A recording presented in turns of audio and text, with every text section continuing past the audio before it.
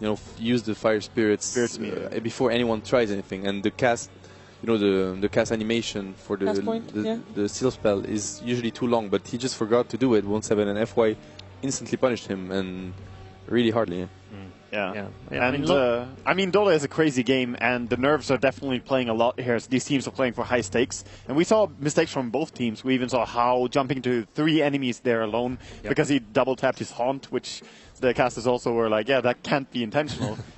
That happens. That is Dota. There are so many things. Yeah, I was going to ask you guys about this because we shouldn't forget where we are right now. We're in the lower bracket, which means Cloud9 right now are 1 game away from being eliminated, and I don't think any of us thought we would be talking about that on day 2.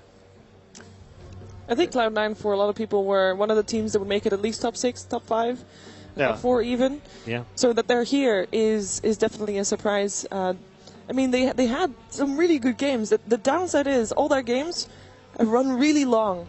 And I think if you lose a couple of these late game games, as they just did, that's gonna have an impact on your mentality. That's gonna maybe get some trust issues. You might not be able to trust yourself anymore in that game, and I think that's the bigger picture for them here to work at. And confidence-wise, Ben, they've got to forget that now, surely, because confidence is going to be pretty dented after what happened yesterday and then what's happened today. Yeah, they've kind of got to forget about that, and I know for a fact that. You know, No Tail said before this tournament started, very privately, they felt very confident about this, of going all the way, actually. And I don't know if that was realistic or just bravado or whatever it was, but he was confident. That's got to have disappeared now.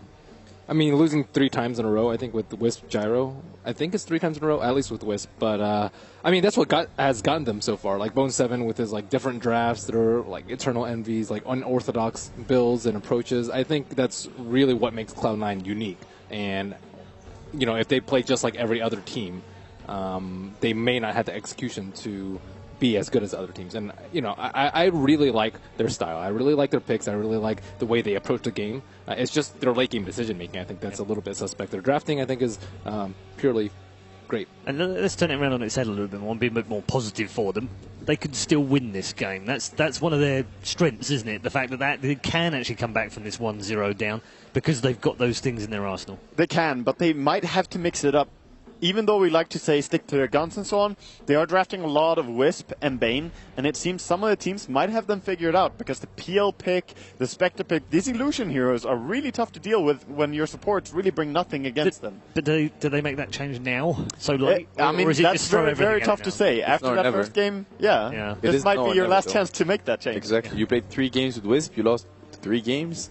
I mean, on the main stage, it's now or never, and the decision is really tough to make, honestly. Yeah. And if they want to pick something else instead of Bane for Misery, I mean, Misery is a very versatile player. He can play basically anything. He's been in almost every role during his career. He has played 11 heroes during the group stages alone out of the 14 games. So they have definitely got some flexibility there. Yeah, definitely. And Vici, from their point of view, what do you think from them now? I mean, they're riding on a crest of a wave. They're happy. They won yesterday in the lower bracket, and that could have been a tricky game for them as well. And now they've won another one. Surely their confidence is going to be overflowing. There's a temptation for them that they've got to kind of curb that a little bit and not be too cocky. I mean, they came in with a pocket strat, as we said, and it worked really well for them. So they have to be super confident now, but I'm also sure that they have talked about what they do if it works or if it doesn't work. So we'll see where they go from now, but they're definitely confident. Are you expecting maybe a second prepared one? I think they will play standard now. I honestly don't think... You don't really go into a match like, okay, let's prepare 3 different strategies. Yeah. You just want to have one thing that you think is going to work and then play your standard game maybe after that. Okay. I want to see the Fada Beastmaster. You know, he's 100% winner with it, and I don't want to see him disqualified or Cloud9 disqualified without using that. Okay. I agree. We are going to head into the draft for Game 2.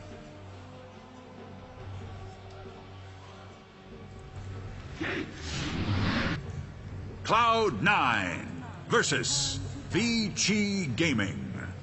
Game 2. I'm actually completely with you on that, Matt, that the Cloud9 Beastmaster, they have utilized it so well. All the 3 games they played with it, they crushed. It was not even that they won. They dominated those games. So maybe if they want to get it here, they will have to pick it in the first 2. I remember when we were actually playing against them as a team, it was back in Star Ladder. They were first picking. Every team would first ban Beastmasters. Yeah. No one's doing it. And the hero has not changed. You know, the meta changes a bit, but the hero is the same. possibly even stronger now. Yeah, possibly even stronger. Yeah. So I don't see why they wouldn't do it. Glimmer Cape. Yeah. I mean, dude, Necrobook, man, like he doesn't care.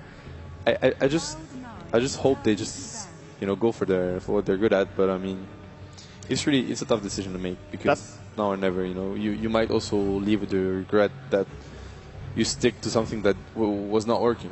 I think they're just drafting the way they are because they're like, okay, we're not going to get the Gyro in the second phase, we're not going to get the Wisp in the second phase, but we might get the Beastmaster there. But teams are figuring out that we can play against Wisp. We know sort of what works, but Beastmaster, they really don't want to play against that. So every team that plays against C9 here seem to just ban it in the second phase. But I'm curious to see. This drafting phase is going to tell a lot going into a second game. Yeah, Cloud9 already unsure about what to ban out last year. I mean, Undying is still in the pool. We saw that ban out in the first two previous game. And it turns out to be Lina, Super's Lina, even though at the start of the game previously might not have had a big of an impact as it had, well, as I thought it would have. Yeah, it still played a very key role though. It's just that confidence, having Aghanims on Lina being able to burst even BKB heroes, it's very relaxing for you in a team. EM and Wisp. That's what I would like to see from Cloud9. And I know the Wisp has not won a single game yet, but I mean, it could still work really well for them. They also stick to the Wisp Gyro for the biggest part, and maybe that was the real issue. Yeah, I still think that the Wisp can work, but it's as you say, you need to have the vision on the enemy team so that you can get the kickoffs and control the map. And they're going to do something completely different. They will go for Undying. Well, it is aggressive though, it's going to take the fight to the enemy. We've seen them run a lot of Pugna with Undying, and they also first picked the two of them, especially since Bone 7 started drafting for them. Yeah. Being able to decrypify the Tombstone is a huge thing that has not been utilized that much in different tournaments. And it's a rather recent change as well, so there hasn't been many chances to abuse it. But it's super strong. No, it really is, and fighting into Undying is already very, very hard, obviously, and fighting into Undying plus the Pugna ward, it's just a nightmare. You don't want to deal with that. I've played with Fada a lot in FPL, which for those who don't know is a very high skill in-house league, where he would draft something like Undying Pugna, which they are running a lot here, and Razor, and it's just a disgusting lineup that you have a hard time going into. Yeah, it's extremely hard to deal with. That's and they went to SF again. Shadow Fiend indeed. SF on Dire for the second time. The Lina ban's pretty scary, I think, by Cloud9, because now they don't have a solution for the Gyrocopter. I think a lot of times we see Gyrocopter lose, he just gets Laguna in and just dies.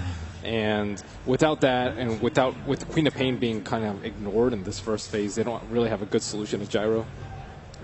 The Undying is a different approach though by Cloud9, which I think is good.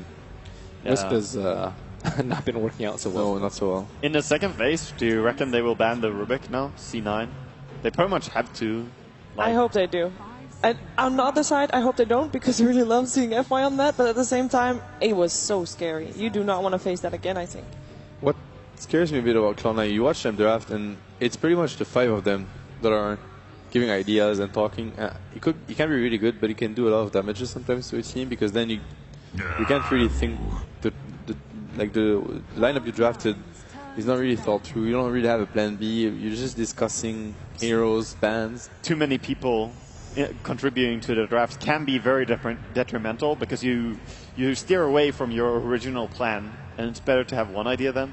But that's also a very common thing. When a team is losing, more people try to help with the draft, so to say, by saying something. It's very natural. Yeah. I'm sure you have experienced that as well, being a drafter. Yeah, it happens a lot. It's very natural. It's then the role of the captain to make sure he deals with it correctly and get a more disciplined way to draft. So it's going to be up to Bone 7. But having ideas, obviously, from everyone is always great. It's just about not mixing it up too much and making sure the synergy is still there. So far, not too much revealed from either of these teams, apart from Cloud9 securing very strong team fight. But same for Vici Gaming. Calls On is a massive spell in team fights, and Winter Wyvern, of course, as well. So, no big tells. We see Ice Ice Ice. I would love to see his Timbersaw again. Oh yeah. That's an icon hero for Ice Ice Ice. Yeah, he's absolutely insane with that hero. Like he creates so much space He forces you to run after him. He's really, really good with that hero. We haven't seen him run it so much, at least not in the main event at all, actually. In main event, not at all. He played it once during the group stage, I think, against for Reps Huskar, rather. Sorry. Yeah, he did great that game. Oh, Anti-Mage gonna be banned out, so no Eternal Divine's Anti-Mage. How aggressive do you think Cloud9 is going to be with that Undying? Because I don't see it as a typical Cloud9 pick, and I like that they changed things up slightly, but how aggressive do you think they'll be in the early stages of the game? I mean, previous game, we saw 20 kills in 10 minutes. Cloud9 is one of those teams, I don't feel like they use Undying like the other teams. They are quite aggressive, but they just create space with it. You know, they act like they want to fight, and some teams, they just go literally YOLO with it. Like, they just go S5, they dive towers. The way they Cloud9, you often see Cloud9 pick Undying, for example, with Anti-Mage or with Phantom Lancer. You know, they just create space for the others to farm because you need a lot of resources in order to shut down Undying's aggression. It's a scare pick, basically, to keep the enemy away so you can farm up and get all that, as you say, space for your safe laner. But it could also be taken to the aggression, but it's scary to do so. Against the Gyrocopter, he still brings so much damage, and he's a very good hero at killing the Tombstone. So, there we go. Rubik, respect ban by C9. FY, you did it. Both teams have ignored Queen the whole ban pick phase. Yeah, there are a lot of dual lanes available for Cloud9. Dual off lane could be Undying Queen, could be there you go. It could also be they could have a Queen safe lane. You know, they used to play this Undying Phoenix off lane, which was very, very strong at a point, and it would be Big Daddy Note play the Phoenix on this in the support role, and he's a very good Phoenix player. Yeah, that's true. They used to run that, and a lot of people also ran the Queen of Pain Undying lane, which is one of the most terrifying dual lanes you can imagine. Oh yeah. But I like the idea. The Phoenix would be strong, possibly even stronger if you go up against the Gyrocopter on the bottom lane. It's like you have to fight a Tombstone, an Egg, an SF that's BKB, and that's gonna get out of here. Just, you know, abandon the fight. Most teams against Wonder Wyvern, they auto-ban the Darkseer too, which is... I mean, they have to spend one ban on the Brood, one ban on the Rubik just because they got destroyed by it last game, but at the same time, Cloud9 really has, like, no good way to, like, take fights, like, no clockwork to keep them in place, and with a Tombstone, you always want something that forces your opponents to fight. Spirit Breaker, you know. I wouldn't mind seeing an Earthshaker from them as well. Misery Earthshaker, make sure that they got locked down because they don't really have that at the moment either. Yeah, they have no disables whatsoever. They need to be careful with that, especially because Vici will have the last pick of that phase. So if they Storm is could, still in the game. Exactly, they could last pick a Storm if they go for if Cloud9 goes for support such as a Dazzle or whatever. C9 disable. Yeah, did have one of those games against MVP in the group stages where neither of the teams had any disables apart from the Sashka Snowball. Yeah. So seeing them have no stunts now makes me a little bit worried that they will not pick one up, but I'm sure they're going to be prepared for it. Else, I'm sure Vici are going to be having one hell of a time. Yeah, it could be a bit scary. Already the Darkseer is going to be very hard to control in the laning phase. Any hero to get Surge, basically. Yeah, Darkseer Winter Wyvern is so terrifying. Like, the team fight from C9, from the first two picks, I say, was like really strong. But Gyrocopter, Winter Wyvern, Darkseer, you don't want to go into that at any stage of the game. As soon as they have their ultimates up, that is really, really strong. Oh, there we go. Pugna.